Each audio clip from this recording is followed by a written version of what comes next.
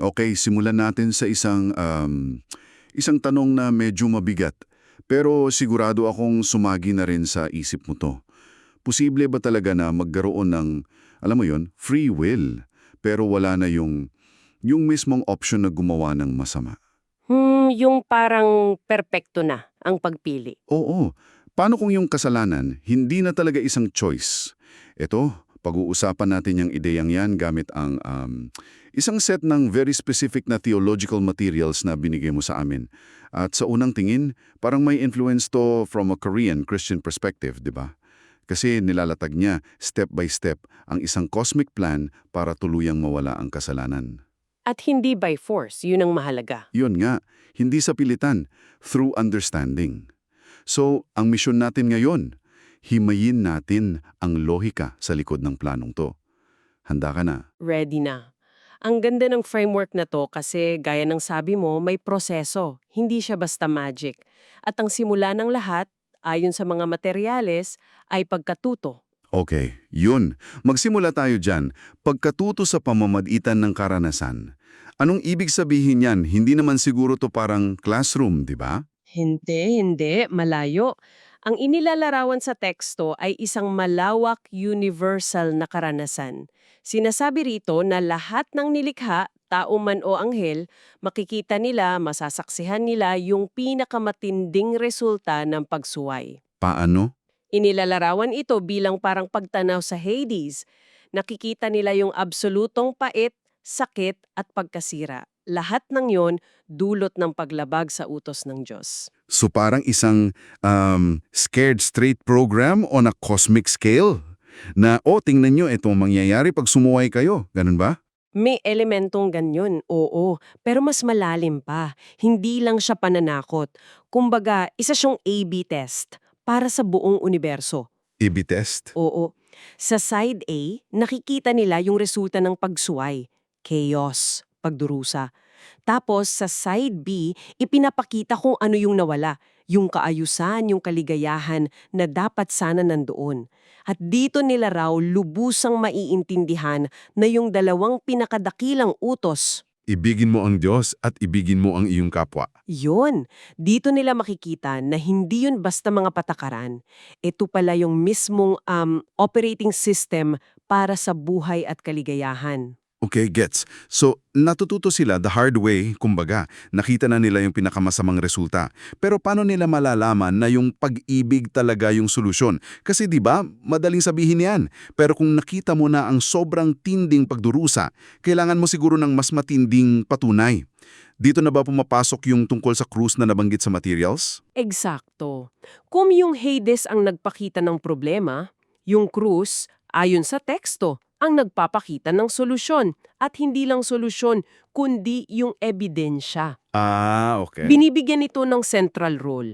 Pero hindi lang bilang, alam mo na, pambayad utang sa kasalanan, inilalarawan nito bilang ang ultimate confirmation. Yung pagpapatunay ng Diyos sa pag-ibig niya para sa lahat. Yung sa Roma 5.8, di ba? Tama, yung ipinakita ng Diyos ang kanyang pag-ibig sa atin nang mamatay si Kristo para sa atin noong tayo'y makasalanan pa. Ito na yung ebidensyang inihaharap sa buong sanlipunan. Parang sinasabi na, ito, kahit gaano kasama yung ginawa nyo, kahit gaano kalaki yung pagsuway, ito pa rin ang pag-ibig ko. Ito ang prueba. Precisely. At ayon sa sulatin, nagkakaroon niya ng chain reaction. Okay. Anong una? Una, pag naranasan at naunawaan ng isang nilikha yung ganong klase ng pag-ibig, yung sakripisyo sa krus, doon pa lang sila nagkakaroon ng tunay na kakayahang mahalin ang Diyos bilang sagot. Ah, hindi sa pilitan. Isang natural na response? Natural na reaksyon, oo. At pangalawa, kapag totoo na yung pag-ibig nila sa Diyos, yung pagsunod sa utos, hindi na siya obligasyon, nagiging isang kilos na yon ng pagmamahal. Ah, yun pala yung sinasabi sa John 14:15. Kung ako'y inyong iniibig, tutuparin ninyo ang aking mga utos. Nag-iiba yung motivation. Tama, nag-iiba ang bakit. So the cross is both proof and catalyst. Gets. Pero nabanggit din sa outline na ito rin ang dakilang tagataghati. Paano nangyari yon? Kung ang mensahe nito ay pag-ibig at pagkakaisa, Bakit ito nagiging sanhi ng paghiwalay? Kasi 'di ba, ang pag-ibig na 'yan ay isang paanyaya at lahat ng imbitasyon pwedeng tanggapin o pwedeng tanggihan. Right? Dito na nangyayari yung separation. Ayon sa teksto, dalawang grupo ang mabubuo. Sa isang banda, andoon yung mga tumatanggap sa pag-ibig na ipinakita sa krus. Sila yung mga, Sila yung sumusunod, nagpapasakop. oo, sila yung nagkakamit ng buhay na walang hanggang. Okay. At yung kabilang grupo? Sila naman yung tumatanggi. Ang ginamit na phrase sa source ay, sila ang mga nagpapako sa Diyos sa krus. At dahil sa pagtanggi nila sa pag-ibig, pinipili nilang manatili sa landas ng pagsuway. At ang hantungan nila, ayon sa dokumento, ay yung dagat-dagatang apoy. Yun na nga. Teka, napansin ko sa notes mo yung Korean term dito. Bulmot o bulmot? Para lang maging malinaw sa atin na itong mga materyales ba ay galing sa isang specific theological group o aklat mula sa Korea? Kasi mahalagang malaman yun para maintindihan natin yung lens na ginagamit. Magandang tanong yan. At oo, ang paggamit ng mga terminong tulad ng bulmot at mamaya may isa pa, yung ilji buhal, ay nagpapayuwatig na yung source material natin ay may malakas na ugat sa isang particular na Korean Christian theological framework.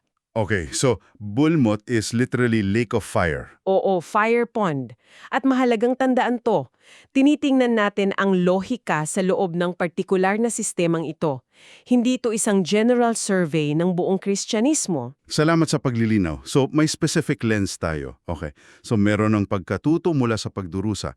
May krus na nagpapatunay ng pag-ibig at naghihiwalay sa mga nililikha. Pero parang may kulang pa rin. Kung ikaw ay isang anghel o isang nilikha na, alam mo yun, nagdududa pa rin, paano mo malalaman na ang pagsunod sa utos ng pag-ibig ay talagang posible? Na hindi lang siya isang magandang teorya na para lang sa Diyos. At dyan na nga pumapasok ang susunod na yugto sa plano, na marahil ito ang pinakadramatiko sa lahat. Tinatawag ito sa source na unang pagkabuhay na manghuli. O sa original Korean? Wanche buhwal o ilche buhwal. Ito ang sinasabing pinal, hindi matatawaran at pampublikong ebidensya. Okay, teka, pause muna tayo dito. Kasi this is a massive point.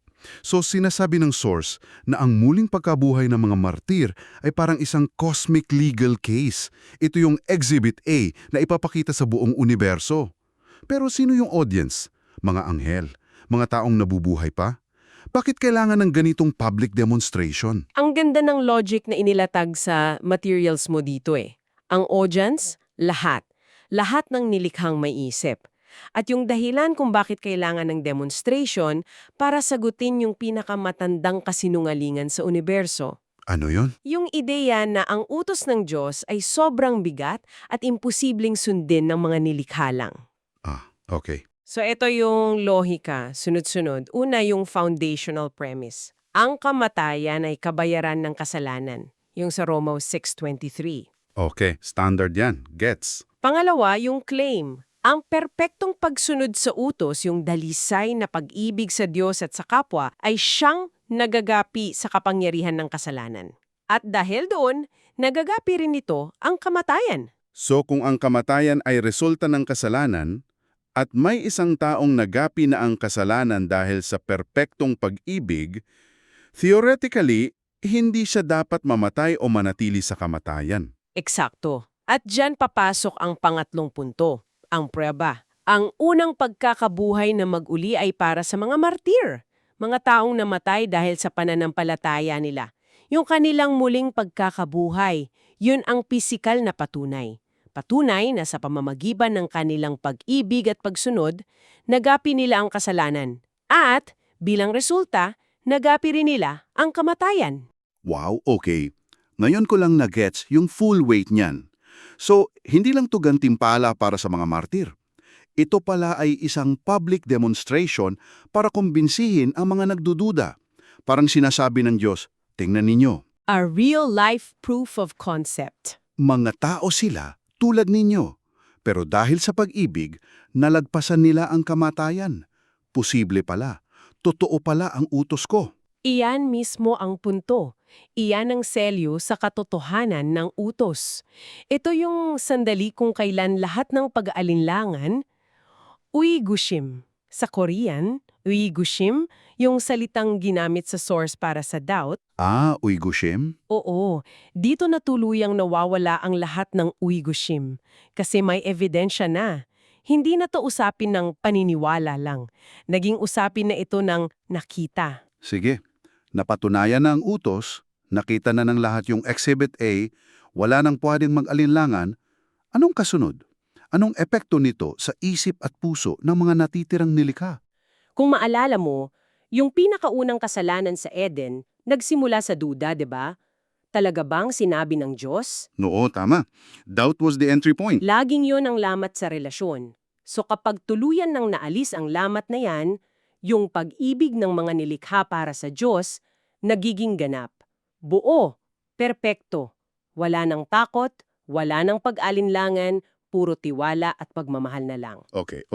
Dito na yung pinaka-interesting para sa akin. Dito na babalik yung tanong natin sa simula. Kung perpekto na ang pag-ibig dahil wala ng duda, anong nangyayari sa free will? At dito ang mind-bending na ideya sa material mo. Ang isang nilikha na may perpektang pag-ibig sa Diyos ay hindi na maaaring pumili na magkasala. Teka, paano yon? Parang contradictory yun Paano naging free will kung wala ka ng choice? Hindi ba parang naging robot na lang sila na nakaprogram gumawa ng mabuti? Yan yung intuitive na reaksyon, di ba? Pero sinasagot yan ng teksto. Sabi ng source, hindi. Hindi ito pag-alis ng free will, kundi ang pagiging ganap o pagkakumpleto nito. Paano? Ang analogy na siguro makakatulong ay para isang chess grandmaster. Okay. Meron siyang free will na gumawa ng isang, alam mo yun, isang hangal na tira. Pwede niyang isacrifice yung reyna niya para sa wala. Pwede, nasa rules naman. Pero gagawin niya ba yun? Hindi. Hindi dahil may pumipigil sa kanya, kundi dahil yung buong kaalaman niya, yung karanasan niya, yung pag-unawa niya sa laro, ay naka-align na sa perfectong diskarte. Ang paggawa ng hangal na tira ay hindi na pumapasok sa isip niya bilang isang tunay na option. So hindi na wala ang free will, umabot lang ito sa level of mastery. Ang pagpili sa kasalanan ay nagiging isang stupid move na imposible nang isipin dahil sa wakas, naintindihan, lubos na nilang nauunawaan yung kagandahan ng kabutihan at yung absolutong kapangitan ng kasamaan. Iyan na nga, yung kalooban nila naging ganap na kaayon ng kalooban ng Diyos, hindi dahil sa pilit, kundi dahil sa perpektong pag-unawa at pag-ibig. Ito yung state of perfected free will ayon sa framework na to. Yung pagpili sa kasalanan ay hindi na isang live option. Grabe, ang lalim yan. May binabanggit pa ngang timeline para sa lahat ng to sa materyales mo. Yung interpretation na ang isang araw ng paglikha ay katumbas ng 1,000 taon. Oo, inilatag sa teksto ang isang chronological map. Sinasabi na kung bibilangin natin mula kay Adan, noong 2023 daw, ang tutotaling nasa halos 6,000 taon na ang nakalipas. Okay, so sa ilalim ng isang araw ay 1,000 taon na framework, anong ibig sabihin yan? Nangangahulugan yan na nasa dulo na tayo ng ika-6 na araw. Ang ika-6 na araw ay yung panahon ng paggawa, ng pagsubok, ng kasaysayan ng tao. Kung nasa dulo na tayo ng ika-6 na araw, anong kasunod? Anong inaasahan ayon sa timeline na to? Ang kasunod ay yung pagpasok sa ika-7 araw. Yun yung Sabath, yung panahon ng pamamahinga. Ayon sa pagkakasunod-sunod sa teksto, hinihintay na lang daw ang tunog ng ika-7 trumpeta. Na siyang magsisimula ng unang pagkabuhay na mag-uli. Tama. Pagkatapos niyan, papasok na ang mundo sa 1,000 taong kaharian, isang panahon ng kapayapaan sa lupa. At ang dulo ng lahat ng yan ay ang paglikha ng bagong langit at bagong lupa kung saan yung perfectong estado na na-achieve ay magiging permanente na. So, kung lalagumin natin ang buong paglalakbay na to na nakalatag sa sources mo, nagsimula tayo sa isang cosmic lesson, pagkatuto mula sa masamang bunga ng pagsuway. Pagkatapos, dumaan tayo sa pag-unawa sa tunay na pag-ibig sa pamamagitan ng krus. At sa huli, nasaksihan ng pisikal at hindi matatawarang patunay sa unang pagkabuhay ng maguli. Ang dulo ng lahat, isang estado kung saan perpekto ang pag-ibig, wala ng duda, at dahil dito, ang kasalanan ay hindi na isang maiisip na opsyon. Tama. At ang pinakalayunin ng buong prosesong ito ayon sa huling bahagi ng teksto mo ay yung pagkasunduin ang Diyos at ang kanyang sangnilikha. Ang paglikaan ng isang kalagayan ng perpektong kapayapaan kung saan pinipili ng lahat ang mabuti. Hindi dahil napipilitan. Kundi dahil lubos na nilang nauunawaan at niyayakap ang pag-ibig bilang ang tanging lohikal at magandang daan. Yung krus na naging simbolo ng paghihiwalay, ang siya ring nagiging tulay para sa ganap na kapayapaan at pagkakaisa sa pagitan ng langit at lupa sa huli.